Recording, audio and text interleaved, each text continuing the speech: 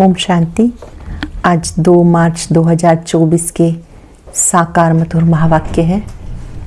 आज की मुरली में बाबा ने सूक्ष्म धारणाओं की बात हमें समझाई है, जिस पर हम बहुत अटेंशन देंगे। हमारी उन्नति का आधार क्या है?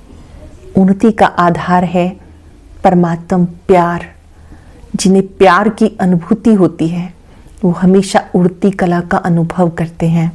बहुत सुंदर बात बाबा ने समझाई। बाबा से प्यार बढ़ाना है तो याद का चार्ट रखो। मैं खुद कितना बाबा को याद करता हूँ। आप अगर याद में रहते हैं तो औरों को याद दिला सकेंगे। आपने खुद अपने को आत्मा नहीं समझा, दूसरों को कहते रहेंगे तो उसका प्रभाव नहीं पड़ेगा। पहले खुद अभ्यास करो।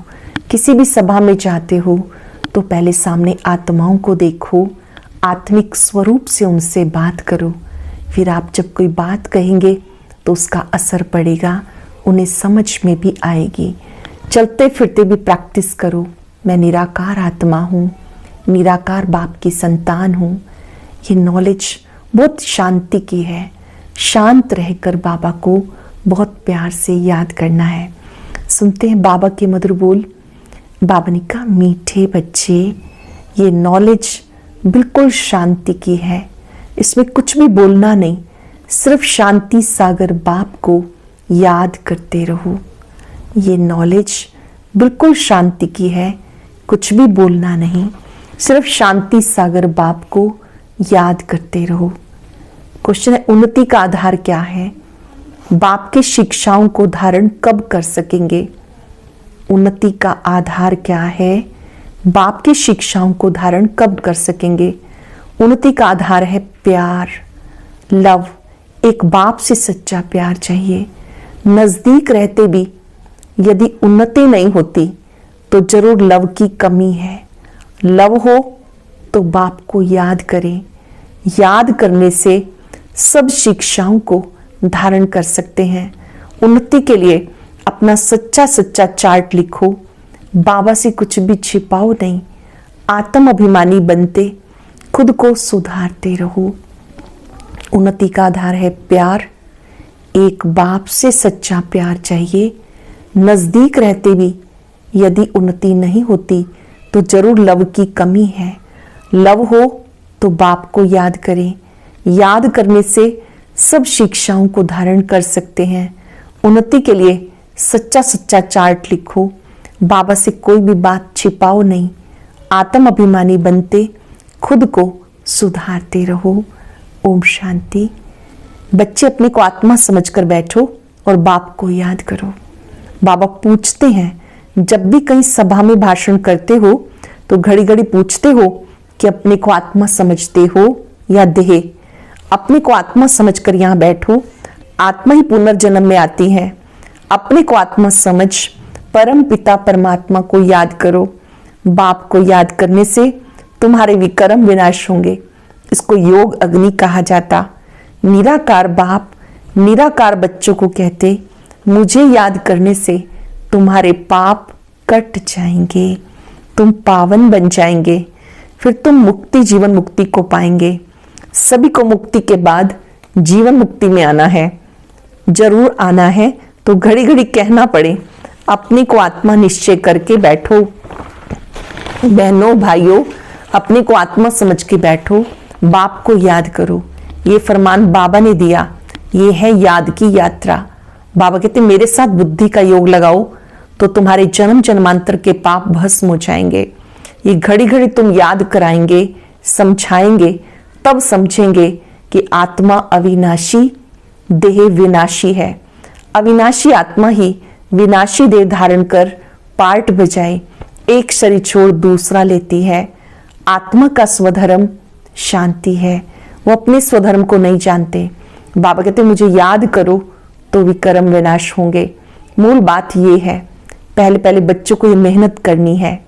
बेहद का बाप आत्माओं को कहते, इसमें कोई शास्त्र उठाने की दरकार नहीं।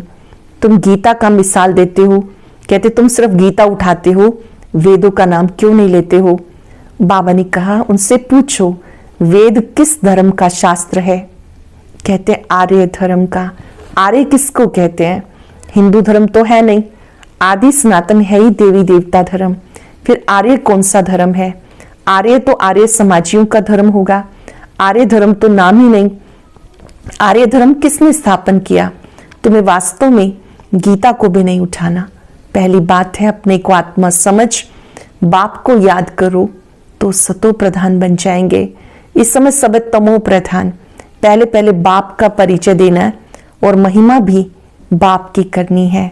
ये भी तुम तब कह सकेंगे जब तुम खुद बाप को याद करते होंगे। इस बात की बच्चों में कमजोरी है। बाबा हमेशा कहते याद की यात्रा का चार्ट रखो। दिल से हर एक पूछे कहां तक याद करता हूं। 5 सेकंड अपने से बात कर लेंगे, मैं बाबा को कितना याद करता हूं।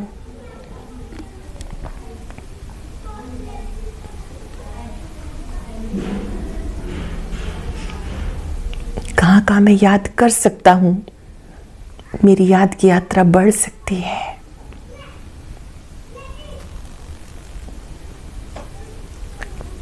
कुछ सेकंड भी याद करने से बहुत बल मिलता है। बिंदु बन, बिंदु बाबा को याद करें। बाबा ने कहा हर एक अपने आप से पूछे मैं बाबा को कहां तक याद करता हूं।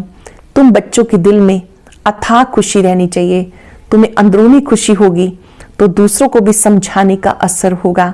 पहली मूल बात यही कहनी है, भाइयों बहनों अपने को आत्मा समझो। ऐसे और कोई भी सत्संग में नहीं कहेंगे कि बहनों भाइयों अपने को आत्मा समझो, और किसी सत्संग में ऐसा नहीं कहेंगे। वास्तव में सत्संग कोई है नहीं, सत्य का संग एक है, बाकी है कुसंग। यह है बिल्कुल नई बात। वेदों से तो कोई धर्म स्थापन हुआ ही नहीं, तो हम वेदों को क्यों उठाएं? कोई में भी नॉलेज है नहीं। खुद ही कहते नेति नेति, अर्थात हम नहीं जानते, तो नास्तिक हुए ना। अब बाबा कहते आस्तिक बनो, अपने को आत्मा समझो। ये बातें गीता में कुछ हैं, वेदों में है नहीं। वेद उपनिषद बहुत सारे हैं। अब वो किस धर्म का शास्त्र है? मनुष्य अपनी बातें करते हैं, तुम्हें किसी का भी सुनना नहीं। बाबा तो सहज समझाते, अपने को आत्मा समझ, बाप को याद करो तो पावन बन जाएंगे। अपने को आत्मा समझ, बाप को याद करो, पावन बन जाएंगे।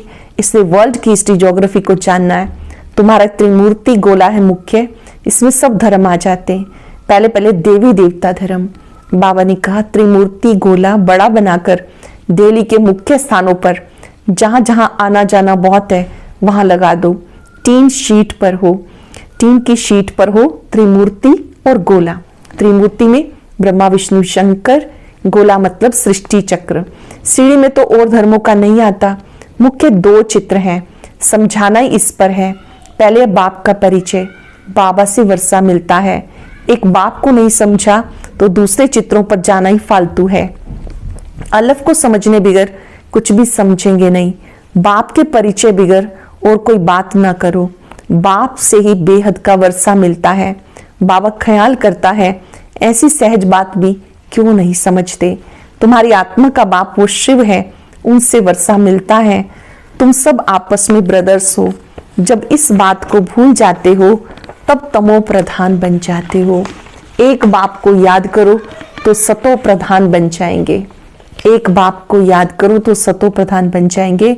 मूल बात है रच्यता और रचना को जानना। कोई भी जानते नहीं, ऋषि मुनि भी जानते नहीं थे, तो पहले बाप का परिचय दे, सबको आस्तिक बनाना है। बाबा कहते मुझे जानने से तुम सब कुछ जान जाएंगे, मुझे नहीं जाना तो कुछ भी समझेंगे नहीं। मुफ्त अपना टाइम वेस्ट करते हो। चित्र आदि भी जो ड्रामानुसार बने हैं वही ठीक है, परंतु तुम इतनी मेहनत करते हो फिर भी किसी की बुद्धि में बैठता नहीं। कई बच्चे कहते हैं बाबा क्या हमारे समझाने में कोई भूल है? बाबा फट से कह देते हाँ भूल है। अल्लाह कोई नहीं समझा तो फट से रवाना कर दो। बोलो जब तक बाप को नहीं जाना तब तक तुम्हारी बुद्धि में कुछ भी बैठेगा नहीं। तुम भी जब देही अभिमानी अवस्था में नहीं रहते हो तो आंखें क्रिमिनल रहती हैं। सिविल तब बनेंगी जब अपने को आत्मा समझेंगे। देही अभिमानी होंगे तो फिर तुम्हें आंखें धोखा नहीं देंगी। देही अभिमानी नहीं तो माया धोखा देती रहेगी। इसलिए पहले आत्म अभिमानी बनना है। बाबा कहते अपना चार्ट रखो, मालूम पड़े अभी तक झूठ, पाप, गुस्सा है तो अपना ही सत्यानाश करते हैं। अभी तक भी झूठ, पाप, गुस्सा है तो अपना ही सत्यानाश करते हो। बाबा चार्ट देखकर समझ जाते हैं कि सत्य लिखा है या अर्थ भी नहीं समझा। सब बच्चों को बाबा कहते चार्ट लिखो। जो बच्चे योग नहीं करते वो इतनी सर्विस भी नहीं कर सकते। जो बच्चे योग नहीं करते वो इतनी सर्विस भी नहीं कर सकते। जोहर नहीं भरता, भले बाबा कहते कोटों में कोई निकलेगा, परंतु जब तुम खुद ही योग में नहीं रहते तो दूसरों को कैसे कहेंगे। सन्यासी कहते सुख कागविष्ठा समान है, वो सुख का नाम ही नहीं लेते। तुम जानते हो भक्ति अथाह है, उसमें कितनी आवाज है, और तुम्हारी नॉलेज बहुत शांति की है। बोलो शांति का सागर बाप है। अपने को आत्मा समझ बाप को याद करो। बाबा कहते मन मना भव, ये अक्षर भी नहीं कहो। हिंदुस्तान की है हिंदी भाषा, फिर संस्कृत दूसरी भाषा क्यों। जब इन सब भाषाओं को तुम बच्चे भूलो और मुझे याद करो। अब इन सब भाषाओं को छोड़ो, पहले भाषण करो, अपने को आत्मा समझो। जब तुम भाषण करते हो तो पहले ये बात कहो कि अपने को आत्मा समझकर बैठो। बहुत है जो अपने को आत्मा नहीं समझ सकते, याद नहीं कर सकते, अपने घाटे को कोई समझ ना सके। कल्याण तो है बाप की याद में, और कोई सत्संग में ऐसा नहीं कहते कि अपने को आत्मा समझ बाप को याद करो। बच्चे कभी बाप को एक जगह बैठकर याद करते हैं क्या? क्या उठते बैठते बाप की याद है ही? आत्म अभिमानी बनने की प्रैक्टिस करनी है। तुम बोलते इतना हो, इतना बोलना नहीं चाहिए। बहुत बोलते हो, बाबा ने कहा इतना नहीं बोलना चाहिए। मूल बात है याद की यात्रा की। योग अग्नि से तुम पावन बनेंगे। इस समय सब दुखी हैं, सुख मिलता है पावन बनने से। तुम आत्म अभिमानी हो, किसी को भी समझाओ उन्हें तीर लगेगा। कोई विकारी है तो किसको कहे निर्विकारी बनो तो उनको तीर नहीं लगेगा। कोई विकारी है और किसको कहे कि निर्विकारी बन जाओ तो उसका तीर नहीं लगेगा, उसकी कही बात का असर नहीं होगा। बाबा कहते बच्चे तुम खुद याद की यात्रा पे नहीं रहते, इसलिए तीर भी नहीं लगता। आप खुद याद नहीं करते इसलिए तीर नहीं लगता। खुद तब अब बाप कहते हैं बीती सो बीती, पहले अपने को सुधारो। दिल से पूछो हम अपने को आत्मा समझ बाबा को कितना याद करते हैं। जो बाप हमें विश्व का मालिक बनाते, हम शिव बाबा के बच्चे हैं तो जरूर हमें विश्व का मालिक बनना है। वही एक माशूक आकर तुम्हारे सामने खड़ा हुआ है तो उनके साथ बहुत लव होना चाहिए। लव माना याद। शादी होती है तो स्त्री का पति के साथ कितना लव होता। तुम्हारी भी सगाई हुई है, शादी नहीं। वो तो जब विष्णुपुरी में जाएंगे, पहले शिव बाबा के पास जाएंगे, फिर ससुर घर जाएंगे। सगाई की खुशी कम होती है क्या? सगाई हुई, याद पक्की हो गई। सत्युग में भी सगाई होती, परंतु वहां सगाई कभी टूटती नहीं। यहाँ तो सगाई करके भी टूट जाती। बाबा कहते वहां ऐसा नहीं होता, अकाले मृत्यु नहीं होती, ये तो यहाँ होती है। तुम बच्चों को ग्रस्त व्यवहार में रहते पवित्र बनना है। भले बहुत नजदीक भी रहते हैं फिर भी उन्नति नहीं होती। जो उस लव से आते हैं उनकी बहुत उन्नति होती है। याद ही नहीं तो लव भी नहीं रहता, तो उनकी शिक्षाओं को भी धारण नहीं कर सकते। भगवान वाच तुम बच्चे सबको पैगाम दो, काम महाशत्रु है जो आदि मध्यम दुख देता है। तुम तो पवित्र सतयुग के मालिक थे, अब तुम गिरकर गंदे बन गए। अब ये अंतिम जन्म फिर से पवित्र बनो। काम चिता पर बैठने का हथियाला कैंसिल करो। तुम जब योग में बैठेंगे, योग में बोलेंगे, तब किसी की बुद्धि में बैठेगा। ज्ञान तलवार में योग का जोहर चाहिए। पहली मुख्य बात है, बच्चे कहते बाबा हम बहुत मेहनत करते हैं, तब मुश्किल कोई निकलता। बाबा कहते योग में रह के समझाओ, याद की मेहनत करो। रावण से हारकर विकारी बने हो, अब निर्विकारी बनो। रावण से हारकर विकारी बन गए, अब निर्विकारी बनो। बाप की याद से तुम्हारी सब मनोकामनाएं पूर्ण हो जाएंगी। बाबा स्वर्ग का मालिक बनाते हैं। बाबा डायरेक्शन बहुत देते, परंतु बच्चे अच्छी तरह से कैच नहीं कर सकते हैं, और बातों में चले जाते। मुख्य तो बाप का पैगाम दो, परंतु खुद ही याद नहीं करेंगे तो दूसरों को कैसे कहेंगे? ठगी नहीं चल सकती। खुद याद नहीं करेंगे औरों को कैसे कहेंगे? ठगी नहीं चल सकती। दूसरों को कहें विकार में नहीं जाओ, खुद जाएं तो जरूर दिल खाएगी। ऐसे भी ठग हैं। इसलिए बाबा कहते मूल बात है अल्लाफ। अल्लाफ को जानने से तुम सब कुछ जान जाएंगे, अल्लाफ को ना जानने से तुम कुछ भी समझ नहीं सकेंगे। अल्लाफ अल्लाह कौन है उसे पहचानेंगे तो बाकी सारा ज्ञान भी समझ में आ जाएगा, क्योंकि ज्ञान के सभी राज स्वयं ज्ञान सागर ने उद्घाटित किए। तो उस ज्ञान सागर को पहचानने से उसका ज्ञान सुने बिना रह नहीं सकेंगे।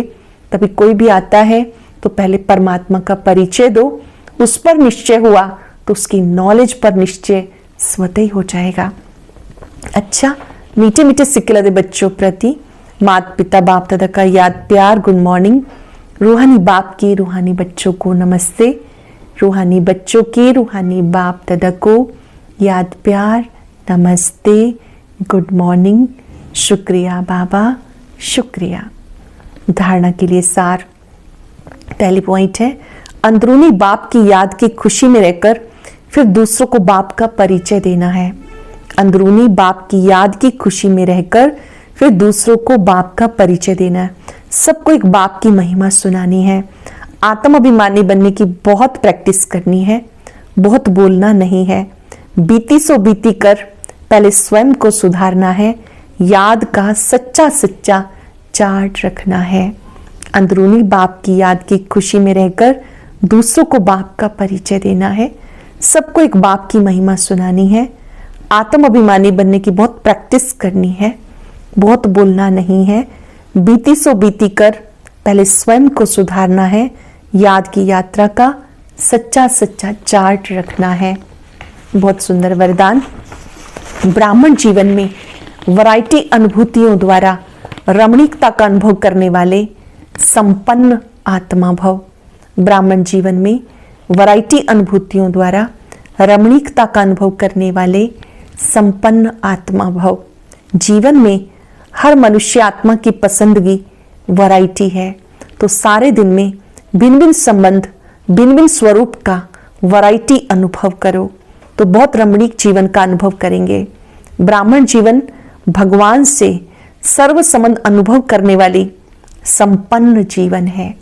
ब्राह्मण जीवन भगवान से सर्व संबंध अनुभव करने वाली संपन्न जीवन है।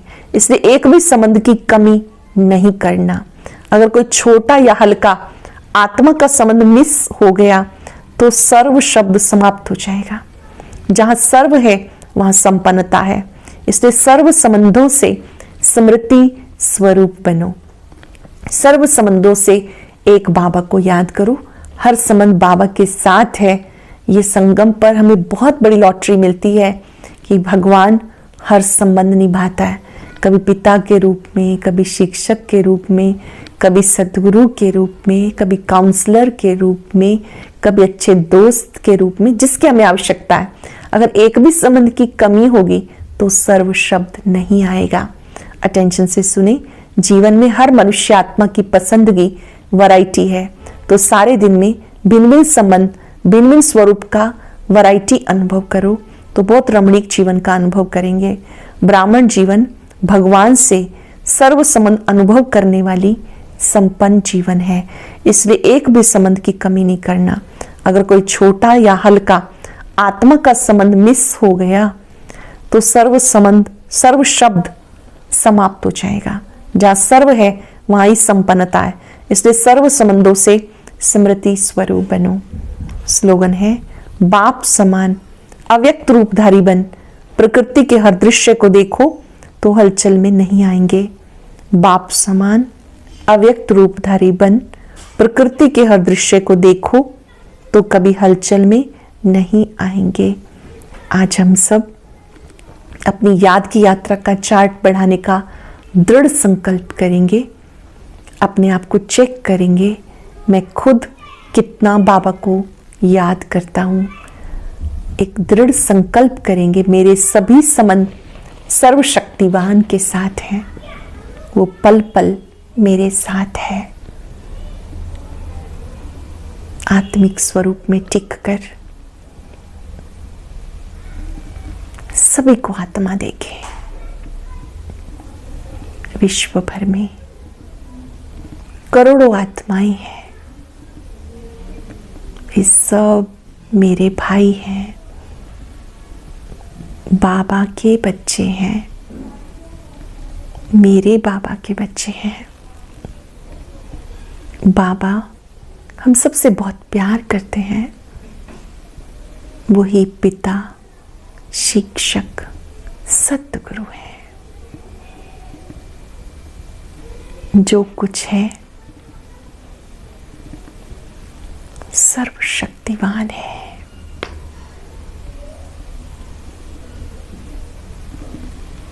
बाबा की शक्तियां मेरे सिर पे छत्र बन गई हैं।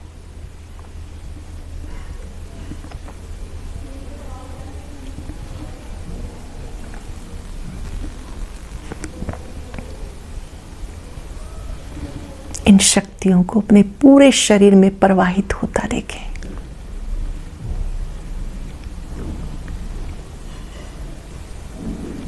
मैं बहुत भाग्यवान हूं कि मेरे सभी संबंध सर्वशक्तिवान से जुड़ गए। शुक्रिया बाबा, शुक्रिया, शुक्रिया। ओम शांति।